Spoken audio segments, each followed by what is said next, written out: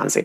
यहां से असल मायने में तुक्का शुरू हो रहा है। अब तक पेपर अटेम्प्ट करना सिखाया गया है, अब तुक्का विधान है। जल्दी से इस सेशन को शेयर कर दीजिए, बहुत लोगों के काम आएगा, दुआ देंगे आप लोगों को जो मैं अब यहां से बताने जा रहा हूं। मेरे प्यारे बच्चों, क्वेश्चन अगर दिया गया है कुछ भी लिख करके, उसके 4 ऑप्शन हैं, A B C D, 4 option है। रूल नंबर 1, सामान्यतया यह देखा गया है कि यदि चारों ऑप्शन में से एक ऑप्शन यह कहता है कि उपरोक्त में से सभी, उपरोक्त में से सभी यानी कि all of the above, all of the above, अगर यह कहीं पर लिखकर दिया गया है या फिर नन ऑफ द अबव लिखकर दिया गया है, नन ऑफ द अबव लिखकर दिया गया है यानी कि ऊपर में से कोई नहीं, अगर यह लिखकर दिया गया है तो यह बहुत सारी टेस्ट सीरीज, बहुत सारे क्वेश्चन पेपर्स को देखकर पाया गया है कि मेजॉरिटी ऑफ द क्वेश्चंस में जो कि परीक्षाओं में पूछे गए हैं उनमें से तुक्का लगाते समय अगर किसी बच्चे ने यह तुक्का लगाया है तो वो सही बैठता है। ध्यान से सुनिएगा, यह पॉइंट कब यूज में लेना है। देखिए, अगर आपने आसान वाले क्वेश्चन निपटा दिए हैं, प्लीज ध्यान से सुनिएगा, बहुत इंपॉर्टेंट है, करबद्ध निवेदन है, ध्यान से सुन लीजिएगा। यदि आपने आसान वाले क्वेश्चन सॉल्व कर लिए हैं, अब सेकंड राउंड में जिन पर आपने गोला लगा रखा है, आप उन क्वेश्चंस तक पहुंच चुके हैं, उसमें अगर आपने देखा 4 ऑप्शंस हैं, उन 4 ऑप्शंस में से उपरोक्त में से सभी एक ऑप्शन है या नन ऑफ द अबव है और आप गैस नहीं ले पा रहे हैं, आपको ए और बी ऑप्शन लगता है कि ये भी हो सकता है, बी भी हो सकता है, 2 ऑप्शन पर ऐसी क्लिक आने लग गई है या फिर 2 ऑप्शन पर ये क्लिक आने लग गई है, यार ये भी नहीं लग रहा और ये भी नहीं लग रहा, तो ऐसी स्थिति में आप ये वाला कॉल ले सकते हैं। तुक्के का सबसे बड़ा टोटका रूल नंबर 1 मैंने आपको बता दिया है। नंबर 1 बात, यह आपको ध्यान रखना है। अब दूसरी बात पर आ जाते हैं साहब। पहला रूल क्लियर हो गया। अब साहब रूल नंबर 2 पर आते हैं। रूल नंबर 2 कहता है कि यदि आपको 4 ऑप्शंस दिए गए हैं और ये उपरोक्त में से सभी वाला ऑप्शन नहीं दिया गया है, क्या ऑप्शन दिए गए हैं? ए बी सी डी, ये 4 ऑप्शंस हैं। ये ऑप्शन देख करके टिक मारने वाली विधान सिखा रहा हूं, कृपया करके ये वही लोग अप्लाई करें जिन्होंने ऑलरेडी 40% क्वेश्चन अटेम्प्ट कर लिए हैं, जो सिक्योर हैं कि हां मेरा इतना तो बन गया। जिनको 40% भी नहीं आ रहे, वो पेपर में जाकर के ये ना सोचें कि एक दिन आएगा कोई जादूगर और वो आकर के आपको सिलेक्शन दिला जाएगा, ऐसा भी नहीं होता है। ये उन लोगों के लिए है, 40% आता है, 10% की मशक्कत करनी है और जहां फंस गए कि कुछ नहीं आ रहा, वहां क्या करें, वहां का विधान बता रहा हूं। 4 ऑप्शंस में से यदि ये ऑप्शंस ऐसे दिए गए हैं, जैसे मान लीजिए ऑप्शन में दिया गया, कोई भी बात पूछ ली आपसे, तारीखें पूछ ली 15, 20, 30, 25, 30 और तारीखें पूछ ली और यहां लिख दिया 1 अक्टूबर। जैसे मान लीजिए कि कोई भी तारीख पूछ ली, गांधी जी का जन्म कब हुआ है, XYZ कुछ भी पूछ लिया। 4 तारीखें हैं, 4 तारीखें, यदि कुछ तारीखें एक दूसरे के साथ आसपास मिलती जुलती तारीखें हैं और एक रैंडम तारीख है, या कोई मैथ का सवाल दिया आपको, मैथ के सवाल में 3 ऑप्शन तो ऐसे थे, ए बी सी, और चौथा ऑप्शन, जैसे मान लीजिए एक का आंसर था 20, एक का आंसर था 21, एक का आंसर था 35 या 30 और एक तरफ लिखा हुआ था 105। अगर ऐसा दिया गया है तो आपको सबसे पहले ये वाला जो 105 वाला ऑप्शन है ये कटा देना है। यानी कि अगर आपको ऑप्शंस इस प्रकार से दिए हैं कि आपको एक ऑप्शन बहुत भारी दिखा रखा है, 20, 25, 30 और 105 वाला ऑप्शन टिका रखा है ना, इसको काट दो। यानी कि आपकी प्राथमिकता में अब ये 3 ऑप्शंस में से ही कुछ बचा है। ये जो एकदम मतलब out of the box type से जो दे रखा है ना, इसको एकदम साइड में कर दो, ये आपके काम का नहीं है, ये दिमाग में बिठा लो, ठीक है ना। अच्छा, बाकी बचे 3 में अब यहां पर भी एक टोटका रूल नंबर 3 का है, अब वो भी जान लीजिएगा।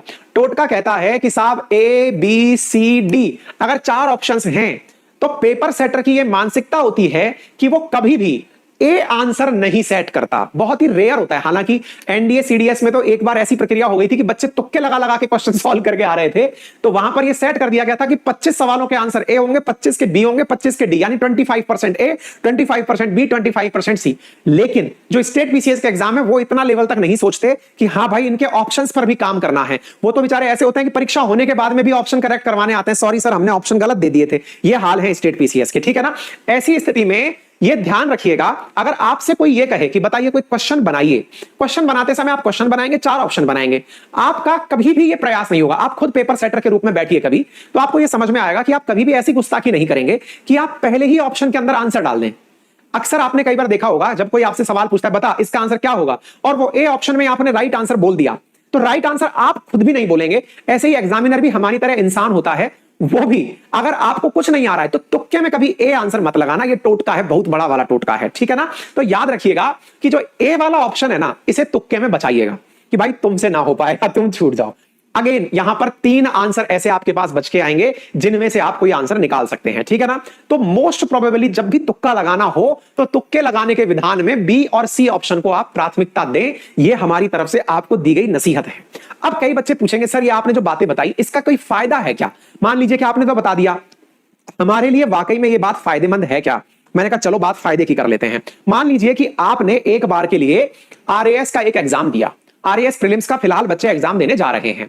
मेरे प्यारे साथियों 150 सवाल आपसे परीक्षा में पूछे जाएंगे, 200 मार्क्स के ये सवाल होंगे। अभी आरएएस प्रीलिम्स की ही बात बता रहा हूं मैं आपको, और इसमें से लगभग ऐसा देखा गया है ऑलमोस्ट 55 से 60 सवाल जिस बच्चे के सवाल सही होते हैं आरएएस प्रशासनिक परीक्षा में 1.33 नंबर का सवाल है, एक लगभग 80 नंबर के आसपास जो बच्चा सही मतलब स्कोर कर जाता है 80 मार्क्स के आसपास, इतनी ही कट ऑफ रही है 78, 79, 76 यही कट ऑफ रही है अनरिजर्व कैटेगरी के अंदर। मान लीजिए कि 80 नंबर आपको स्कोर करने हैं, ठीक है। अच्छा 150 में से 60 सवाल आपको सही करने हैं। अब इसके लिए तुक्का विधान क्यों जरूरी है, मतलब ये साइंटिफिकली जरूरी बात भी है, लेकिन क्यों जरूरी है इसके बारे में अगर मैं चर्चा करूं तो जानिएगा। देखो बेटा क्या है ना, मान लो कि आपको 150 में से 50 सवाल ऐसे थे जिनको लेकर के आपने पहले ही क्रॉस लगा दिया कि सर मेरे को 1% भी आइडिया नहीं है कि इनमें क्या होने वाला है, 1% भी आइडिया नहीं है। मैंने कहा चलो कोई बात नहीं भाई, अब अगर आपको आइडिया नहीं है तो कोई जबरदस्ती तो कर नहीं सकता, क्योंकि मैंने तो आपसे कहा था पहले राउंड में इजी इजी करना, और उस समय जो बिल्कुल आइडिया नहीं है उनको क्रॉस करते चलना। आप क्रॉस करते निकल गए, ठीक है। मैंने कहा हो गया। अब आपकी बैटल रह गई 100 सवालों की। 100 सवालों में से 40 सवाल आप अपने द्वारा सही कर चुके हैं, क्योंकि आपको 150 में से 40 सवाल आते होंगे। ये मैं इसलिए मानता हूं क्योंकि फिर उसके बिना आप वाकई में साल भर की तैयारी में नहीं थे। ये अवेयरनेस कान में भी अगर ज्ञान पड़ा हो ना तो भी इतना सवाल आदमी सही करके आता है। 40 सवाल आपको आते होंगे फर्स्ट अटेम्प्ट में जो आपने किए होंगे। अब बात करते हैं बचे हुए 60 सवालों की। भाई साहब बचे हुए जो देखिए ऑब्वियस सी बात है 50 सवाल आपको बिल्कुल नहीं आते थे, 40 आप ऑलरेडी करेक्ट कर चुके हैं, 60 सवाल अब आपका भविष्य निर्धारित करने वाले हैं। एक बार के लिए हम एक प्राथमिकता लेते हैं, प्रोबेबिलिटी सेट करते हैं, प्रायिकता लेते हैं कि इन 60 में से अगर आपके 30 सवाल सही हो जाएं और 30 सवाल गलत हो जाएं, ये हम एक प्रोबेबिलिटी ले रहे हैं 50-50% की प्रोबेबिलिटी, ये मानते हुए कि भाई आपकी किस्मत बहुत अच्छी चल रही है, आपके आधे सवाल सही हो गए, आधे सवाल गलत हो गए, ये हमने एक प्रोबेबिलिटी ली। ये आप कब किस्मत मानेंगे? 30 सवाल मेरे गलत हो और 30 सवाल सही हो तुक्के लगाने पर। इसका मतलब क्या निकाला जाए? मैंने कहा इसका मतलब है कि आपका सिलेक्शन हो गया। आप पूछेंगे ऐसे कैसे हो गया? मैंने कहा देखो 30 सवाल गलत करने का मतलब है कि आपके 30 सवालों ने सही 10 सवाल खराब कर दिए। दोबारा सुनिएगा मैं क्या बोल रहा हूं। 30 सवाल अगर आपके गलत हुए तो 30 गलत सवालों में 1/3 नेगेटिव मार्किंग लगने का मतलब है कि वो 10 सवालों की जो सही सवाल थे उनकी वैलिडिटी खा गए, यानी कि इसकी वजह से 10 सवालों के नंबर कट गए। यानी 30 में से आपके सही मायने में जो सही काउंट किए जाएंगे वो 20 सवाल सही काउंट किए जाएंगे। यानी कि यहां से ये 20 सवाल और यहां से ये 40 सवाल आपका यहां पर प्री श्योर शॉर्ट पास हो गया। आपको यहां पर यह सिस्टम समझ में आया हो तो एक बार थम्स अप कर दीजिए, क्लियर हुआ हो कि सर हां ये तो आपने गजब बात बताई। कि अगर मान लीजिए 50-50% वाला राग मैंने पकड़ लिया 100 में से, तो मैं यहां पर तो सीधा सीधा सेलेक्ट हो गया, क्लियर हो गया। 60 सवाल निकालने थे, आप क्लियर हो गए। अब आपके दिमाग में फिर एक बत्ती जली, मिनटोस जिंदगी की तरह आपके दिमाग में फिर एक बत्ती जली। क्या जला? कि सर ये जो आपने 50 सवाल पहले मेरे कटवा दिए थे, अगर मैं इनको भी अटेम्प्ट कर दिया तो क्या होगा? मैंने कहा चलो कैलकुलेट कर लेते हैं एक बार के लिए। मैंने कहा देखो भाई आपको 40 सवाल आते थे? बोले हाँ आते थे सर। मैंने कहा ठीक है, अब दूसरी कंडीशन लेते हैं, आपको 100 सवाल नहीं आते, ठीक है ना। 100 सवाल की बातें, अभी तक 60 की बातें कर रहे थे, अब हम 100 सवाल नहीं 110 सवालों की बात करते हैं। चलिए 110 सवालों की कहानी बची हुई है। मैंने कहा इसमें अगर आपका तुक्का इस प्रकार से बैठा कि 55 तो आपके सही और 55 आपके गलत हुए, 55 का 1/3 यानी कि इसका 1/3, 3 एकम 3, 18 के आसपास आपके क्वेश्चन जो सही क्वेश्चंस हैं वो इसकी वजह से गलत कंसीडर किए जाएंगे। 18 क्वेश्चन गलत कंसीडर किए जाएंगे अगर 50-50 बचे हुए क्वेश्चंस में से खत्म होते हैं तो। अब कॉमन सेंस लगा करके देखो कि आपको 55 सवालों में से यदि सवाल करने की बात की गई है तो आपके 37 सवाल सही बैठ रहे हैं। 7 दूनी 14 15 3 और 4 5, 37 सवाल सही बैठ रहे हैं। दैट मींस 40 + 37 आपके 77 सवाल सही बैठ रहे हैं। आप तो टॉपर लिस्ट में शामिल हो गए। बोले सर ये 55-55 में तो बहुत फायदा हो गया। मैंने कहा देखिए अभी और फायदा कराता हूं मैं। 55 सही और 55 गलत में तो आपका स्कोर चाहिए 60 सवाल सही करने का था, आप तो 77 सवाल सही कर दिए, यानी आप तो 100 नंबर के आसपास पा गए, मार्क्स पा गए। तो बोले सर फिर क्या? मैंने कहा कंडीशन थोड़ी बदल देते हैं। क्या बदल देते हैं? हमने कहा इस कंडीशन को ऐसे करते हैं, चलो आपके 110 में से 50 क्वेश्चन तो सही हुए और आपके 60 क्वेश्चन गलत हो गए। मैंने कहा ऐसी स्थिति में भाई परसेंटेज को थोड़ा बिगाड़ते हैं, तुक्का लगाने में हमको अटेम्प्ट ज्यादा से ज्यादा क्यों करना चाहिए, इस विषय पर अगर चर्चा करें तो मान लीजिए 60 सवाल आपने गलत कर दिए। अगर 60 क्वेश्चन गलत कर दिए, इसका मतलब समझते हैं?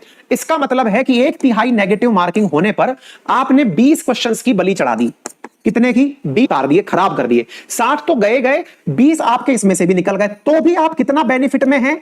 30 सवाल के बेनिफिट में हैं। यानी अगेन 40 में 30 जोड़ दो तब भी 70 सवाल तक आप पहुंच गए।